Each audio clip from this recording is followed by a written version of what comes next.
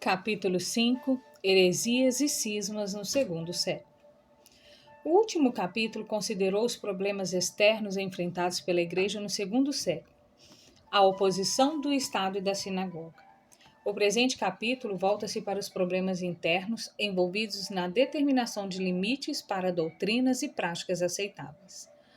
A linguagem moderna distingue heresia, doutrina falsa, de cisma, divisão causada por personalidades, disciplinas e práticas, mas sem erro doutrinário básico. Conforme já foi observado, os hereges erram por brilhantismo.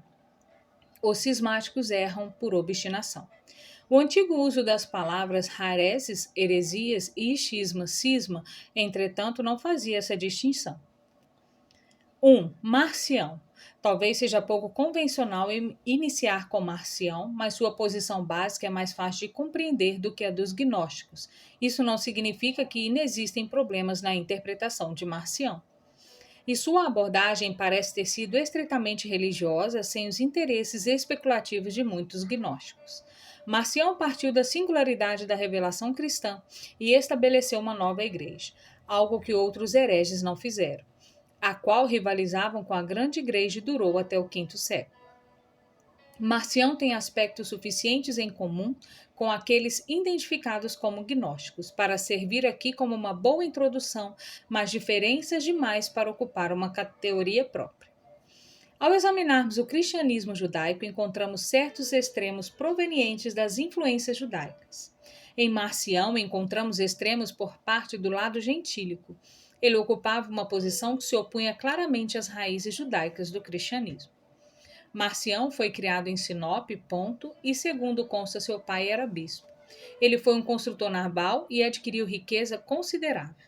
O falso ensinamento confrontado na carta do Novo Testamento aos Colossenses, bem como ideias docéticas vigentes na Ásia Menor, pode ter sido parte de sua formação religiosa. Além disso, o sentimento antijudaico associado à revolta de Bar Kokhba na Palestina em 130 provavelmente o influenciou, embora seja possível que sua perspectiva básica já tivesse desenvolvido antes. Marcião foi a Roma e deu à igreja uma grande quantia em dinheiro. Seus ensinamentos, entretanto, foram rejeitados em 144 e seu dinheiro foi devolvido. Ele passou a estabelecer uma igreja rival que em alguns anos já estava quase tão difundida quanto a grande igreja. A riqueza e a capacidade organizacional de Marcião permitiram-lhe assumir alguns grupos gnósticos emergentes, mas a organização e o culto de suas comunidades parecem ter sido semelhantes aos da igreja principal. Marcião é conhecido por sua obra a respeito do texto e cânon do Novo Testamento. Ele rejeitou o Antigo Testamento como escritura para a Igreja e elaborou o Novo Testamento composto por versões editadas do Evangelho de Lucas e 10 epístolas paulinas sem as epístolas pastorais. Ele omitiu ou alterou versículos muitas vezes com critérios dogmáticos. Sua coletânea definida de livros do Novo Testamento é a mais antiga do que se tem notícia. Ele escreveu antíteses mostrando contradições entre o Antigo e o Novo Testamento, na qual sua teologia é apresentada. A obra é conhecida principalmente por causa da refutação de Tertuliano contra Marcião, composta por 5 livros. A teologia de Marcião é descrita como o evangelho paulino da graça exagerado. Um crítico afirmou que na Igreja Antiga apenas Marcião entendia Paulo, e ele o compreendeu mal. Esse é, sem dúvida, um parecer protestante unilateral. Contudo, é difícil ver Marcião ou até mesmo outros sem ser pela perspectiva de um intérprete moderno. Os pontos a seguir refletem as visões básicas de Marcião, reconstruídas a partir de críticas tecidas por adversários na Igreja Antiga. 1. Existem 2 deuses, o Deus Criador e o Deus Remidor. O dualismo de Marcião parece não ter sido uma questão metafísica, mas uma interferência da experiência humana quanto às contradições da vida. 2. A lei e o juízo pertencem ao Criador. O demiurgo e a redenção é obra do Pai, o Deus desconhecido ou estranho. 3. O Antigo Testamento é a revelação do Criador e prediz o Messias judeus. Os judeus leram suas escrituras corretamente. Jesus não é o cumpridor do Antigo Testamento. Ele veio não para cumprir, mas para destruir a lei. O Deus do Antigo Testamento operava males, contradizia-se e deleitava-se em guerras. 4. Jesus era visto de uma forma docética, isto é, apenas parecia sofrer. No entanto, sua morte era descrita como uma compra. A ressurreição de Jesus foi da alma e do espírito, e ele ressuscitou a si próprio. Essa visão, mais uma vez, não parece ter originado de um ponto de vista metafísico, por exemplo, a incapacidade de o divino sofrer, mas da experiência comum de a carne ser algo impuro. 5. O nascimento físico de Jesus era um obstáculo para Marcião. Por esse motivo, ele iniciou seu evangelho em Lucas 3, com a afirmação de que no 15º ano do reinado de Tibério, Jesus desceu do céu à cidade galileia de Cafarnaum. 6. Paulo foi o único apóstolo verdadeiro. Os 12 judaizaram então, o pai teve de chamar Paulo para restaurar o verdadeiro evangelho. Contudo, até mesmo suas epístolas foram interpoladas pelos judaizantes. 7. Marcião defendia uma revelação escrita. Sua importância no desenvolvimento do cânon será avaliada no próximo capítulo. 8. O ascetismo era infantizado.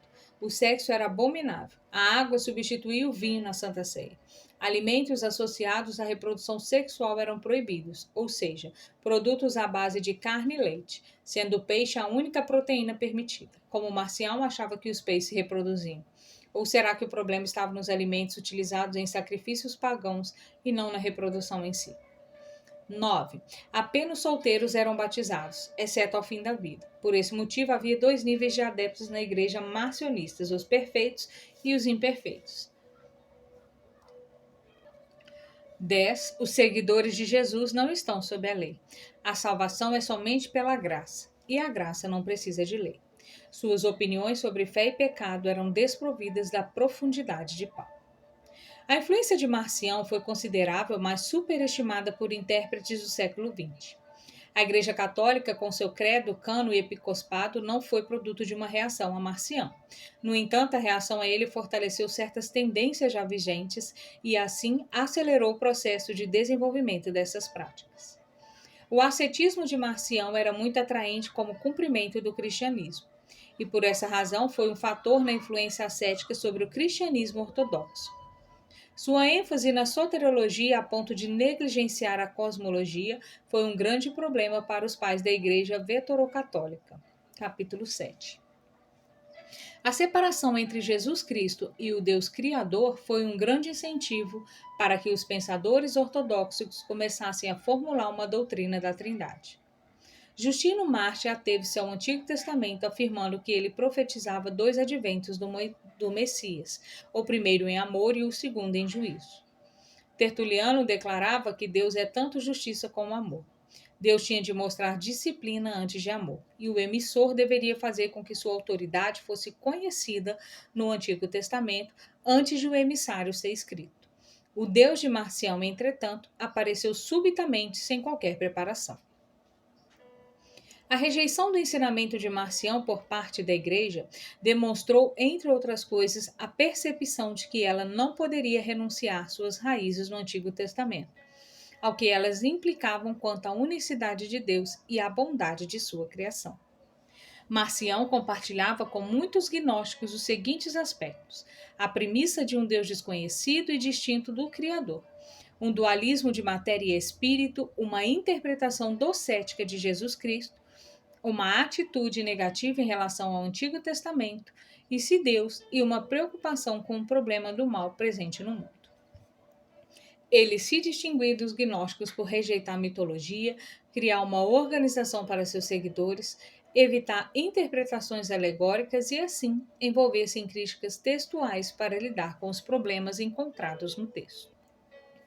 2. Gnosticismo. O termo gnosticismo é problemático. Ele deriva da palavra grega gnose, que se refere ao conhecimento experiencial imediato, proveniente da cognição em contraste com o conhecimento proposicional ou factual. Havia um grupo no segundo século que se autodenominava gnósticos, aqueles capazes de alcançar conhecimento, e depois aqueles que sabem. No entanto, a partir de Irineu, Os heresiológicos cristãos ampliaram a acepção do termo, de modo a abranger aos adversários nas igrejas, às quais se viam algumas semelhanças, mas que apresentavam sistemas de pensamentos diferentes. Desse modo, vale lembrar que gnosticismo tornou-se um termo que abrangia aquilo que era mais uma disposição ou postura em relação ao mundo e à sua origem. Até mesmo essas posturas variavam do que uma única solução para os problemas percebidos por alguns. Isso significa que o gnosticismo era mais um movimento do que uma abordagem consistente. O movimento religioso do gnosticismo era caracterizado por um conhecimento intuitivo da origem, da essência e do destino definitivo da natureza espiritual dos seres humanos. A. Fontes de estudo. O estudo do gnosticismo foi dificultado durante muito tempo pelo fato de nossas principais fontes de informação serem escritores antiheréticos da Igreja. Os principais autores que abordaram o gnosticismo e preservaram o material gnóstico foram Irineu, Clemente de Alexandria, Tertuliano, Hipólito e Epifânio. Os gnósticos também ficaram conhecidos por meio dos escritos que o filósofo grego Plotino redigiu contra eles. Quando tais autores preservaram citações de escritos gnósticos, elas muitas vezes estavam fora de contexto e sempre eram usadas para algum propósito polêmico. É comum na história os perdedores serem conhecidos apenas com base em descrições feitas pelos adversários, e poucas pessoas gostariam de ser lembradas somente pelo que seus inimigos dizem a seu respeito. Alguns suplementos aos escritos dos pais antiheréticos da Igreja estavam disponíveis em obras gnósticas originais, preservadas em cópitas, em escritos herméticos, forma pagã de gnosticismo, e em fontes maniqueístas e mandeístas posteriores, dois movimentos que muitos deviam ao gnosticismo anterior.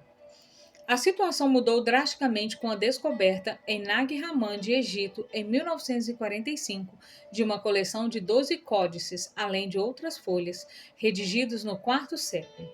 Ela continha, em sua maior parte, obras gnósticas originais em tradução cópita.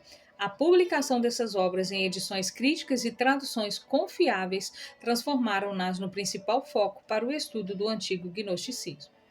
A coleção de Hang Namandi pode ser agrupada de forma geral em 5 categorias de escritos. Consulte a tabela. Delas, as mais importantes são as duas primeiras. Primeiro, as mais próximas do pensamento gnóstico original, que recebem o nome de setianista, barbelognósticas ou fitista, ou outras que podem representar variações dentro de uma única escola ou de sistemas distintos. E 2, as das escolas valentianas. Os relatos dos pais da Igreja mostram um pouco da estrutura mística dos sistemas gnósticos. Mas os novos documentos de Nag Hammadi revelam ainda mais o espírito vivo e os métodos de interpretação empregados. Os conjuntos de fontes ajudam a interpretar um dos outros. B. Questão das origens. Antes da descoberta da biblioteca de Nag Hammadi, 3 fontes diferentes para o pensamento gnóstico foram postuladas. Primeiro, a opinião dos pais da Igreja. O gnosticismo era uma heresia cristã, resultante do fato de os cristãos explicarem sua fé para si mesmos e para os demais em termos filosóficos. Essa opinião recebeu apoio acadêmico moderno. Segundo, a opinião contrária apresenta o gnosticismo essencialmente como um movimento não cristão, traçado à Pérsia por alguns, representando a atmosfera desesperadora e sincrética da antiguidade tardia. Ele teria reconstruído uma cosmovisão filosófica a partir de mitos antigos e deuses, ao longo do processo adotado uma aparência de cristianismo responsável por fornecer um modelo à interpretação da fé para intelectuais cristãos. Essa opinião foi preconizada pela escola de interpretação associada à história das religiões e continua a ter muitos adeptos. Terceiro, uma opinião menos comum de que a especulação gnóstica teve início em círculos judaicos, talvez em um esforço para encontrar a eternidade enquanto o reino de Deus não vinha. Por exemplo, eons como eras do apocalipticismo tornavam-se componentes cósmicos do pleroma divino no gnosticismo. Essa visão encontrou novo apoio após a descoberta dos documentos de Nag Hammadi. Parece haver elementos de verdade em todas as 3 interpretações. Algumas ideias no gnosticismo eram mais antigas do que o cristianismo, mas um sistema gnóstico completo não foi identificado antes do cristianismo. Certas expressões do gnosticismo, especialmente aquelas combatidas pelos pais da Igreja, eram heresias cristãs. Alguns sistemas gnósticos conhecidos por meio dos escritos de Nag Hammadi mostram uma proximidade ao judaísmo, se é que não demonstram de fato uma origem judaica. Algumas obras da Biblioteca de Nag Hammadi. 1. Obras setianistas. Algumas se concentravam mais no mito das origens. Apócrifo de João, Apocalipse de Adão, Hipóstase de Arcontes, Evangelho dos Egípcios, Pretenoia timórfica. B. Outras relacionadas à ascensão da alma. Zostrianos, Halógenes o Estrangeiro e 3 Estrelas de Sete. 2. Obras valentinianas. Evangelho da Verdade, Tratado sobre a Ressurreição, Tratado Tripartite, Evangelho de Felipe. 3. Obras da tradição de Tomé na Síria. Evangelho de Tomé, Livro de Tomé, o Adversário. 4. Obras herméticas. Asclépio. 5. Outras obras, incluindo escritos cristãos de moral, sabedoria não gnósticos, ensinamento de Silvano, sentenças de Sexto. Obras gnósticas de Nag Hammadi sem características cristãs explícitas talvez apontem para o gnosticismo como algo anterior ao movimento cristão ou como um movimento não cristão. Contudo, este pode não ser necessariamente um fato. Se tais obras puderem ser lidas por cristãos, também poderiam muito bem ter sido composições cristãs. O meio-termo seria a opinião de que o gnosticismo e o cristianismo cresceram juntos, mas partindo de diferentes fontes. Eles tiveram algumas interações no primeiro século e desenvolveram-se como religiões distintas no segundo século.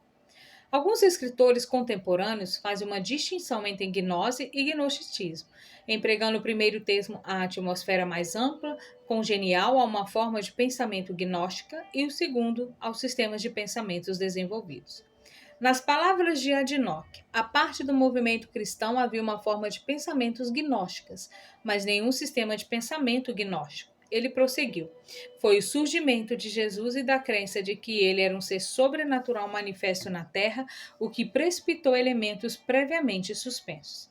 Os sistemas gnósticos completamente desenvolvidos, conhecidos por intermédio dos pais da Igreja e refletidos na biblioteca de Nag Hammadi, independentemente de seus antecedentes, pertencem ao segundo século. Foi o gnosticismo cristão que causou impacto, pois os neoplatônicos consideravam o gnosticismo um desvio cristão. Para eles, gnósticos eram cristãos como uma espécie de pretensão a intelectuais, caracterizados por um dualismo exaltado e um antropocetismo extremo. Afirmar que o gnosticismo tem origem não cristã não equivale necessariamente a afirmar que ele é pré-cristão. Sejam quais forem os pontos de contato entre o cristianismo e o gnosticismo, a primeira afirmação pode ser feita, já a segunda não está confirmada. C. Componentes do gnosticismo. A discussão sobre a origem aponta para os elementos que entraram nos sistemas gnósticos desenvolvidos no segundo século. Eles incluíam componentes judaicos, pagãos e cristãos. Muitas especulações gnósticas podem ser explicadas como reflexões sobre os primeiros capítulos de Gênesis. Certos avanços no judaísmo talvez tenham servido de pano de fundo para o surgimento do gnosticismo. A influência do pensamento dualista, especulações esotéricas e personificação da sabedoria e os seres intermediários encontrados na angelologia desenvolvida. Por conseguinte, muitos agora olham para o contexto do judaico heterodoxo ou especificamente para os judeus em rebelião contra a sua herança religiosa em busca das origens do gnosticismo. A filosofia grega fornece outro grande componente do gnosticismo. Influências neopitagóricas podem ser vistas na avaliação negativa da matéria, nas práticas ascéticas e nas especulações sobre o cosmos. Alguns falam do gnosticismo como um platonismo desvairado por causa das declarações em Platão desenvolvidas por gnósticos, um ser supremo remoto e a alma como algo imortal e sujeito ao corpo. Analogias pagãs também podem ser encontradas na literatura hermética e nos oráculos caldeus. Muitas ideias no Novo Testamento, especialmente em Paulo e João, demonstraram ser suscetíveis à interpretação gnóstica, de modo que alguns estudiosos modernos acreditam que tais autores do Novo Testamento empregaram o pensamento gnóstico na elaboração das próprias ideias. Embora tenhamos dado continuidade à prática comum de falar do gnosticismo como se ele fosse uma entidade única, esse estava longe de ser o caso. Cada mestre gnóstico tomava esses componentes e unia-os de acordo com seu modo de pensar, a fim de construir seu próprio sistema. Por esse motivo, há uma grande variedade nos detalhes dos sistemas concebidos por diferentes mestres gnósticos. O gnosticismo era um agregado de uma série de respostas individualistas à situação religiosa, feito por mestres que não se consideravam excêntricos. D. Características comuns dos mitos gnósticos. Cada mestre gnóstico tinha seu próprio sistema de pensamento para representar a realidade. O que mantinha cada comunidade gnóstica unida era o mito das origens, o senso de identidade de grupo e o linguajar dos membros. As principais características dos diversos mitos eram os seguintes: 1. O elemento divino original produziu outros princípios espirituais. 2. Houve uma falha no mundo divino espiritual. 3. Como consequência, a matéria passou a existir. 4. Parte da natureza espiritual pura foi plantada em algumas almas. 5. Um remidor revelou a forma de escape do mundo material para o elemento divino.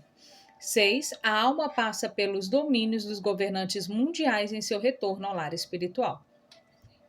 A tentativa gnóstica de explicar o problema do mal postulava uma queda no mundo divino na divindade.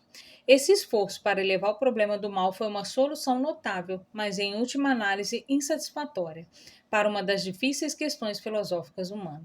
A forma de lidar com essa questão era uma expressão do uso gnóstico, especialmente valentiano do conceito, em parte poético e em parte filosófico, de correspondência metafísica. Ao aplicar a ideia platônica nas realidades terrenas, como imitações do mundo das ideias, os gnósticos consideravam os componentes do pleroma equivalentes à totalidade da natureza espiritual da humanidade, a um com a contraparte celeste da alma. Assim, cenas narrativas do Evangelho eram lidas como reflexos do drama ocorrido no mundo celestial. Portanto, apesar do dualismo, a gnose do gnosticismo envolve a ideia identidade divina do conhecedor, o gnóstico, o conhecido, a substância divina do eu transcendente, e os meios pelos quais se conhece, gnose como faculdade divina implícita a ser despertada e atualizada. Principais mestres. Os escritores antiheréticos da Igreja primitiva traçavam o gnosticismo a Simão Mago, o pai de todas as heresias. Essa genealogia da heresia nos pais da Igreja parece artificial, sendo influenciada por diversas listas de sucessão empregadas na Antiguidade, e o relato em Atos 8 não sugere que Simão tenha transmitido qualquer ensino particularmente gnósticos. As possibilidades são uma confusão entre o Simão de Atos 8 e outro Simão gnóstico. Atos 8 não contar toda a história, ou Simão está ainda se transformando em gnósticos e seus seguidores terem se tornado gnósticos depois. De qualquer forma, a atribuição do gnosticismo a Simão pode apontar para uma origem samaritana, a qual agora alguns se atentam. O ensinamento posteriormente atribuído a Simão apresenta de fato características dos sistemas gnósticos, incluindo uma queda da divindade e da descensão de um poder celestial, o próprio Simão, para trazer salvação. Há relatos aparentemente contraditórios sobre o ensinamento de Cetrino, o qual, segundo consta, enfrentou a oposição do apóstolo João em Éfeso.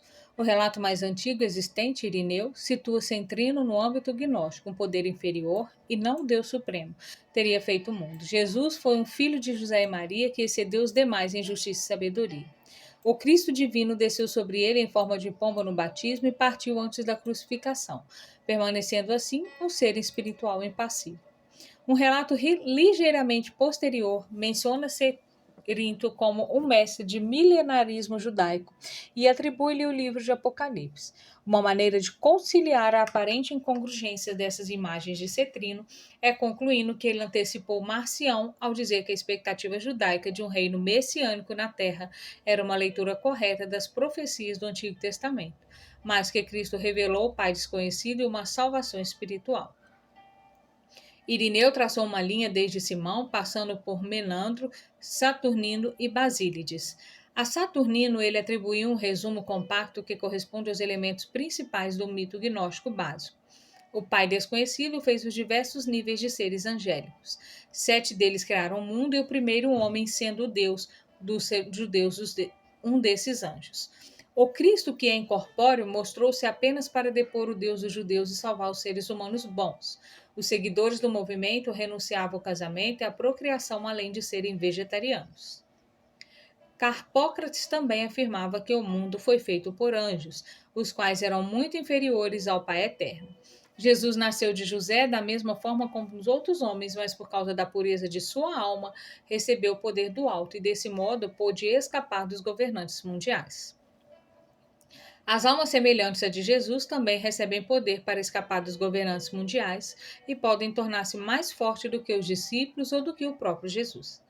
Os seguidores de Carpócrates denominavam-se gnósticos, mas apresentavam características diferentes de outros indivíduos conhecidos como gnósticos.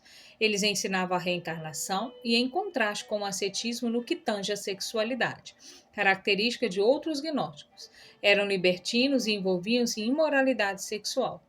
O filho de Carpócrates, Epifânio, defendia a promiscuidade com base em uma lei da natureza, que tornava todas as coisas propriamente comuns.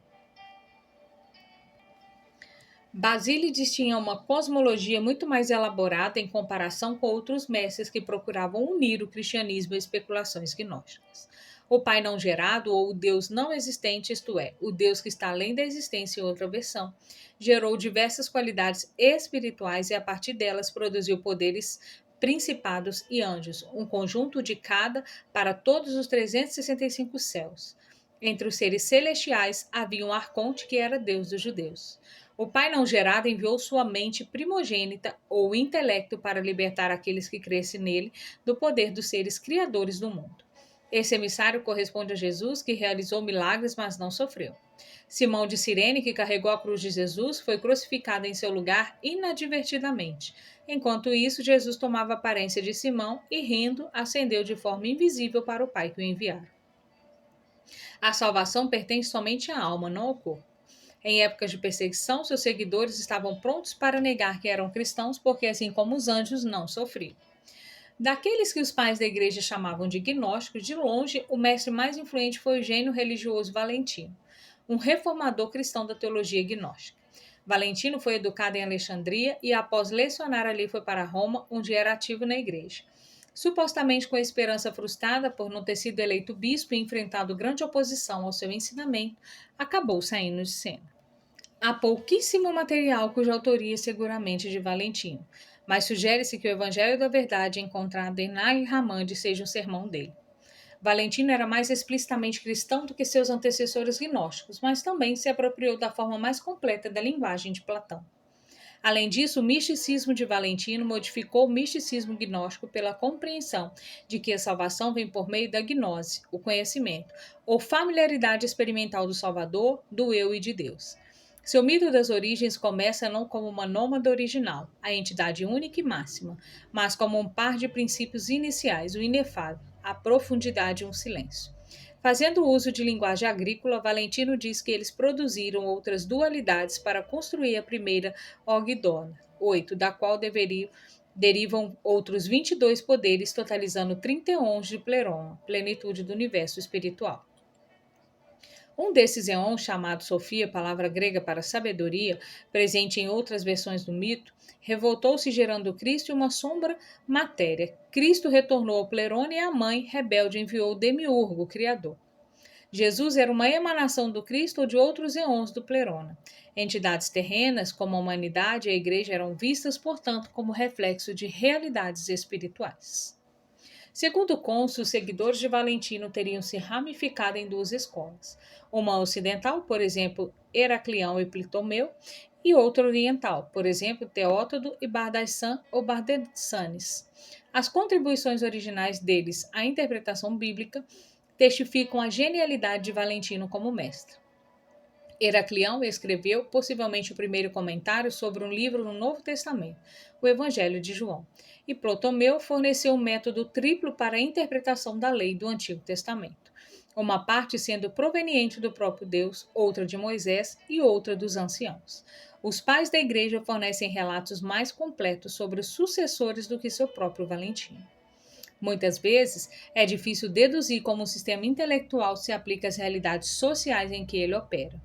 E esse é essencialmente o caso do gnosticismo.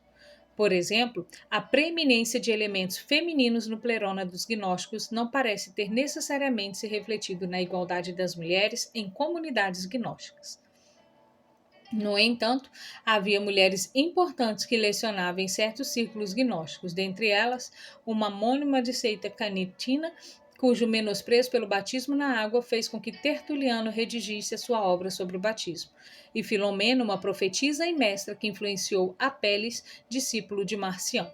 Todavia, não parece haver qualquer constância de uma abertura maior à liderança feminina entre as igrejas heredes, nem uma hostilidade constante contra as mulheres entre as igrejas ortodoxas. F. Amostra de mito gnóstico sobre criação e salvação. Duas elaborações amplificadas do sistema gnóstico básico sobreviveram.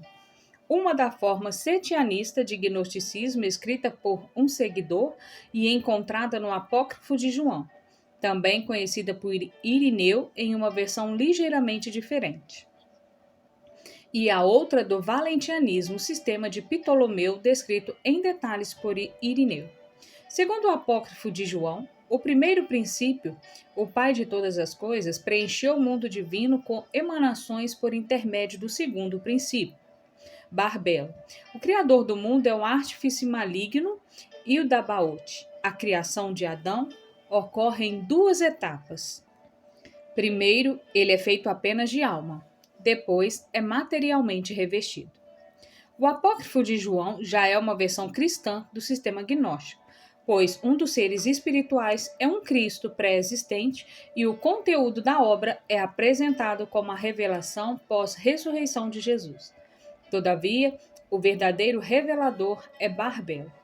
A elaboração da versão valentiana do sistema gnóstico feita por Ptolomeu é mais explicitamente cristã, embora seja heterodoxa, e procura fornecer explicações mais ordenadas à imagem do mundo espiritual. Existe uma duplicação que consiste de Cristos e sabedorias superiores e inferiores. O Cristo superior é uma emanação do intelecto e tem o Espírito Santo como consorte. O Cristo inferior, ou Jesus, também chamado Salvador, é uma emanação de todos os éons e desceu sobre o Jesus nascido de Maria. A sabedoria superior, Sofia, era um dos 30 éons. Sua paixão por profundidade, o Pai perfeito, gerou a sabedoria inferior, Achamote, que por sua vez deu à luz a Demiurgo, criador do mundo, e acabou tornando-se esposa de Jesus, o Salvador. Os seres humanos pertencem a três categorias: os materiais, que serão consumidos, os psíquicos ou cristãos comuns e os cristãos espirituais ou valentinianos. Os dois últimos recebem diferentes tipos de salvação. G. Erros doutrinários e a relevância do gnosticismo. Ao contrário do costume contemporâneo de postular-se considerável variedade ao cristianismo primitivo, discutido mais adiante, as reações de muitos cristãos dos segundos séculos ao ensinamentos discutidos neste capítulo mostram que algumas doutrinas fundamentais eram comumente consideradas básicas à fé cristã. Aqueles que vieram a prevalecer como cristãos ortodoxos concluíram que os gnósticos, incluindo os valentinianos, negavam algumas doutrinas fundamentais. 1. Identidade do Criador, o qual os gnósticos apresentavam como uma figura inferior e, na melhor das hipóteses, moralmente ambivalente como o único Deus Supremo. 2. Ordem criada do universo como algo bom. A maioria dos gnósticos tratava a matéria como algo mau. 3. Plena encarnação de Cristo, embora houvesse variações na maneira como o Cristo divino relacionava-se com o Jesus humano. 4. Revelação em acontecimentos históricos, não em mitos especulativos e tradições secretas. 5. Redenção mediante o sangue da cruz. A cruz era tratada de modo alegórico até mesmo no valentianismo. 6. Ressurreição do corpo, não apenas da alma. Não se admira que os pioneiros no desenvolvimento da teologia ortodoxa tenham rejeitado os ensinamentos associados à rejeição dessas doutrinas. A despeito do que seus oponentes identificavam como erros doutrinários fundamentais, o pensamento gnóstico demonstrou ser atraente a muitos. Os cristãos gnósticos representavam um esforço para interpretar a fé em termos da atmosfera filosófica e religiosa da época, e assim para lutar contra os problemas constatados na natureza do mundo e na existência humana. Por causa dessas preocupações, o valentianismo influenciou de modo especial pensadores cristãos ortodoxos em Alexandria no desenvolvimento de sua teologia. Aprendemos, às vezes, sem perceber, com os oponentes e a refutação de outras ideias, que nossos próprios pensamentos são apropriados ao absorver elementos dos pontos de vista rejeitados. O gnosticismo, além do mais, demonstrava preocupação com a salvação. Embora o meio para alcançá-la fosse pelo conhecimento, o gnosticismo, como religião de redenção, testificava a necessidade de as almas humanas terem algo além deste mundo para satisfazer seus anseios. H. Lições da luta contra o gnosticismo. Embora a cultura e a filosofia sempre moldem as expressões do cristianismo em certa medida, o gnosticismo ilustra o perigo de se permitir que um sistema de pensamento externo seja determinante na tessitura do cristianismo. O risco é aquele que existe na tentativa de relacionar a fé cristã a qualquer cultura em que esteja inserido. Mas os resultados de uma apropriação tão extrema alertam que não se deve passar da comunicação à aceitação. A ameaça do gnosticismo pode não ter sido tão direcionada aos sistemas de crença ortodoxos, mas sim à sua identidade, por motivo de assimilação. Há uma lição relacionada que tem a ver com o emprego das palavras. É possível dizer as palavras corretas, mas ter ideias erradas. Os gnósticos foram capazes de utilizar as escrituras cristãs e conformar-se ao credo cristão por atribuírem a essas palavras um significado diferente. Além disso, o gnosticismo pode servir como uma advertência contra o orgulho intelectual. É possível que os pensadores gnósticos tenham sido humildes como indivíduos, mas a abordagem gnóstica propriamente dita criou diferentes classes que situavam os detentores do verdadeiro discernimento em um grupo especial e superior ao cristãos comum. O elitismo intelectual é um perigo sempre para os conhecedores. A controvérsia gnóstica demonstra a importância das instituições. Em um sentido amplo, pode-se dizer que os gnósticos tiveram uma igreja, mas eles se aproximaram mais de uma organização social escolar, no sentido de que os seguidores davam continuidade aos ensinamentos e às práticas dos mestres. O cristianismo, entretanto, criou laços organizacionais mais fortes que uniam os membros. Apesar de todas as falhas ao longo da história, a igreja institucional preservou a fé cristã e ao mesmo se deu em relação a todos os mestres e ensinamentos remanescentes. A menos que uma instituição incorpore e perpetue determinada ideia, a ideia fracassará. A verificação de tal realidade no segundo século, entretanto, não deve ser feita sem o espírito crítico. O reconhecimento de que a doutrina ortodoxa foi preservada na igreja hierárquica deve ser equilibrado pelo reconhecimento de que os hereges muitas vezes preservaram mais percepções bíblicas sobre a liberdade e o ministério da igreja. Terceiro, montanismo. O marcianismo e o gnosticismo tornaram-se as heresias arquetípicas ao cristianismo ortodoxo. De modo semelhante, o montanismo, um movimento primitivo com características sectárias, foi formado ao cisma após um período de atividade dentro da Igreja Maior. Nenhuma discrepância doutrinária fundamental estava envolvida, mas divergência na prática e em questões disciplinares acabaram gerando perturbações demais para a existência de uma única congregação. O termo montanismo vem de Montano, o qual, junto com as duas mulheres, Priscila e Maximila, deu início ao movimento profético na Frígia nos anos 150 ou 170. Os adeptos do movimento denominavam-no Nova Profecia. Já os oponentes chamavam-no de heresia frígia, ou catafrígia. O movimento alastrou-se da Ásia Menor até Roma e o norte da África. Os críticos objetaram que a profecia montanista envolvia algum tipo de possessão e discursos tomados por êxtases frenéticos, diferentemente dos profetas bíblicos, os quais mantinham pleno domínio de seu conhecimento. Para os montanistas, as profecias e os dons espirituais eram a marca do cristianismo apostólico. Segundo o movimento, o Paracleto prometido, que é o Espírito Santo do Evangelho de João, falava por intermédio deles, e oponentes posteriores citaram Montano, alegando ser o próprio Paracleto. Diferenças na prática e nos graus de ênfase logo surgiram entre os montanistas e a corrente predominante da Igreja. O adepto mais conhecido, Tertuliano, foi atraído ao rigor do movimento e ajudou a desenvolvê-lo. Ele incluía a observância de jejuns mais rigorosos, a proibição do segundo casamento, mesmo após a morte do cônjuge, e a condenação da fuga como escape ao martírio. Não parece necessariamente ter sido o caso de os montanistas serem mais ávidos do que os demais cristãos para o voluntariado ao martírio. Estudiosos modernos atribuíram aos montanistas expectativas escatológicas intensas centradas em Pepusa, um povoado da Frígia que chamavam de Jerusalém. No entanto, uma interpretação escatológica de Pepusa aparenta ser um desenvolvimento posterior e não a confirmação de uma expectativa especificamente milenar no montanismo primitivo. Além da preeminência das mulheres no início desse movimento profético, elas continuaram sendo importantes em seu desenvolvimento posterior.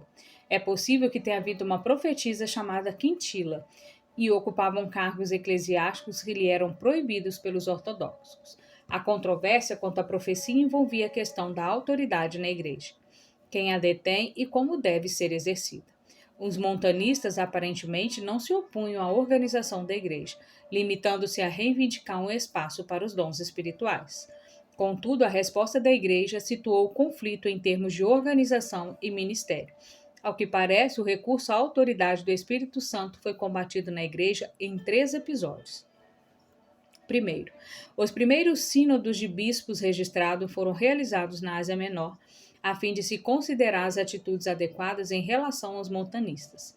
Essas reuniões eram comparáveis aos conselhos civis, koinon, que reunia os líderes do culto imperial nas cidades de determinada província, com o objetivo de discutir questões de interesse comum. Esses encontros de bispos, com vistas a debater a atividade do Espírito Santo, estabeleceram as bases na prática atual da Igreja para a teoria de que o Espírito Santo opera por meio de conselhos. Segundo, a fonte da autoridade nas Escrituras era enfatizada. Argumentava-se que a profecia montanista não era verdadeira profecia, segundo os padrões bíblicos por ser estática. Terceiro, os bispos alegaram ser os verdadeiros líderes espirituais da Igreja e possuir o Espírito Santo em razão de seu cargo. Uma vez que reivindicava a autoridade apostólica e doutrinária na Igreja, em oposições aos mestres gnósticos, eles se contrapunham ao apelo montanista feito aos profetas com sua própria posse do Espírito. Desse modo, a tríade primitiva de apóstolos, profetas e mestres passou a ser centralizada nos bispos. O montanismo pode ser entendido como um protesto contra o mundanismo e a formalidade crescentes na Igreja. Ele ganhou muitos adeptos insatisfeitos com o elitismo gnóstico e com a conformação cada vez maior da Igreja ao mundo. O movimento tinha diversas características atraentes. Apresentava-se como um retorno ao cristianismo primitivo, era uma religião de exuberância emocional e estruturas organizacionais menos rígidas e oferecia uma revelação direta quanto àquilo que parecia ser uma forma de vida mais comprometida. Os próprios excessos do montanismo, entretanto, trouxeram-lhe descrédito. Não raros movimentos reativos oscilam para um oposto extremo e seus oponentes acabam confirmando as práticas combatidas com ainda mais firmeza. Por quê? Por concluírem que, uma vez que os indivíduos tentando fazer correções estão claramente errados, então aquilo a que estão se opondo deve estar correto. 4. Encratismo, ter sobre o poder, autocontrole, era uma das palavras utilizadas para ascetismo, disciplina atlética, e com sentido positivo esteve presente no cristianismo desde o início. Algumas práticas ascéticas, entretanto, eram consideradas excessivas: a rejeição ao vinho, a ingestão de carne e ao casamento. Quando aceitas pelos ortodoxos, elas eram criticadas devido à prática de outros, com o argumento de terem as motivações erradas, isto é, de derivarem não da precedência de algo bom a serviço de um objetivo mais elevado ou espiritual, o que era aprovado, mas por considerarem o mundo criado como algo mau, o que era herético, como no gnosticismo. Os encratitas, sem aceitar as opiniões gnósticas sobre a origem do mundo e considerando a matéria como algo necessariamente mau, ainda consideravam certas práticas, em especial a reprodução humana, como negativas e equivalentes a obstáculos para uma vida mais elevada. Outro fator que influenciava o comportamento ascético era a associação de certos alimentos, animais e vinhos a sacrifícios pagãos. Por esta razão, os ascetas abstinham-se de alimentos de origem animal e substituíram o vinho por água na Santa Ceia. A popularidade do estilo de vida ascético como representação de uma forma superior de espiritualidade reflete uma atmosfera desesperadora no segundo e terceiro séculos em círculos pagãos e cristãos. Ao identificar-se com esse sentimento dominante, o encratismo absorveu a espiritualidade do mundo ao redor, a sua expressão do cristianismo, atraindo muitos seguidores. A tendência encrática é notável nos atos apócrifos dos apóstolos e, segundo alguns estudiosos, caracteriza da melhor forma o ponto de vista do Evangelho de Tomé. A literatura antiherética associa o encratismo herético especialmente na apologista Tassiano. Ao que tudo indica, após a morte de seu mestre Justino, ele retornou ao Oriente e tornou-se um defensor das ideias encráticas, ordenando o matrimônio e a ingestão de carne. Os escritores antiheréticos consideravam particularmente condenável a conclusão dele de que Adão não foi salvo. A despeito de algumas semelhanças observadas por Irineu e outros, Tassiano não deve ser considerado um valentiano. O Oriente Sírio não o tratava como herege. Ele tampouco fundou o encrantismo, como Irineu alegou. Em vez disso, ao associar-se a essa tendência geral da Igreja Sírica, passou a ser um de seus principais porta-vozes. Sim, a heresia precedeu a ortodoxia.